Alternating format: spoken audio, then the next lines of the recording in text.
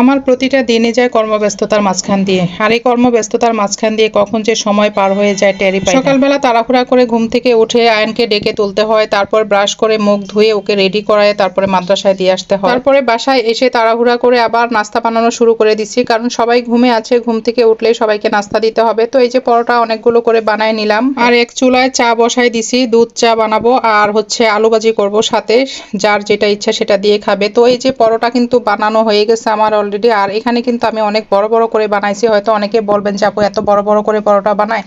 আমি কিন্তু রুটির সাইজে বানাই পরোটা, আর আমি রুটি পরোটা যেটাই বানাই অনেক বড় বড় করে বানাই, অনেকে আবার পাতলা করে ছোট করে বানায়। তো আমি আসলে ওরকম করি না, সবসময় বড় করেই বানাই। তো যাই হোক, সকালে নাস্তা শেষ করে কিন্তু এই যে রান্নায় চলে আসছি দুপুরবেলা। যেহেতু আমার একা হাতে সবকিছু করতে হয়, তো সেই জন্য সারাদিন দেখা যায় এই কাজকর্ম করতে করতে আমার দিন চলে যায়, সময়ের সাথে আমি কভার করতে পারি না। তো এই যে পুঁই শাকগুলা কিন্তু আমার এর আগের দিন বাজার থেকে আনা ছিল, সেগুলা কেটে ফ্রিজে রেখে দিয়েছিলাম। তো এখান থেকে হচ্ছে কিছু নামায় হচ্ছে রান্না করতেছি মাছের মাথা দিয়ে, আর সাথে কাঁচা সিমের বিচি দিয়ে রান্না করতেছি।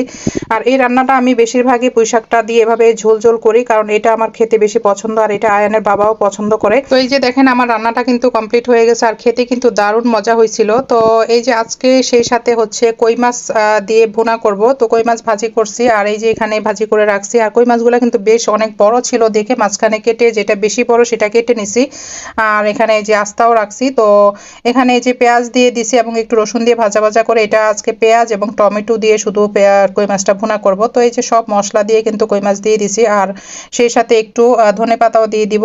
তো আর এইভাবে রান্না করছি, খুবই মজা লাগছে কিন্তু কই মাছের এই তরকারিটা দেখেন কত সুন্দর হয়েছে, মাশাআল্লাহ, খেতে কিন্তু অসাধারণ হয়েছে। আর সেই সাথে কারকল ভাজি করব। কারকলটা আমার বাসায় খেতে চায় না, আমার মেয়েও খেতে চায় না, আমার ছেলে তো খাই না, শুধু আমি আর আয়নের বাবাই খাই। তো পাতলা করে কেটে নিছি, আর হলুদ মরিচ লবণ দিয়ে কিন্তু মচমচে করে একটু ভাজি করে নিছি। এটা কিন্তু গরম ভাতের সাথে খেতে ভালো লাগে। রান্না করতে করতে অনেক সময় ভাবি, এই রান্না আমি আগে কোনো কিছুই জানতাম না, কোনো রান্নাই করতে পারতাম না, ভাতটাও রান্না করতে পারতাম না, আর সেই আজ আমি মোটামুটি অনেক কিছুই রান্না করতে পারি। আসলে সময়ের সাথে সাথে মানুষ কিন্তু সব কিছুই শিখে যায়।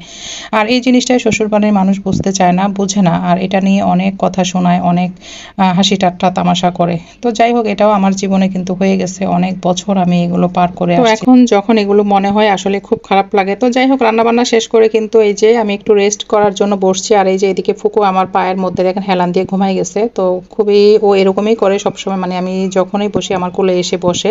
আর এইদিকে কিন্তু সন্ধ্যার দিকে এই যে আয়নের বায়না শুরু হয়ে গেছে, ওরা আলুর চিপস খাবে। তো এই যে আলুগুলো পাতলা করে কেটে নিচ্ছে, আর এক আপু জিজ্ঞেস করছিল যে আপু এই আলুগুলো কি দিয়ে কাটছেন এভাবে। তো এটা হচ্ছে একটা মেশিন আছে, সেটা দিয়ে কাটছে। আর এই আলুগুলো এভাবে কেটে ভাজি করলে খুব তাড়াতাড়ি হয়ে যায়, আর খেতেও কিন্তু দারুণ মজা লাগে।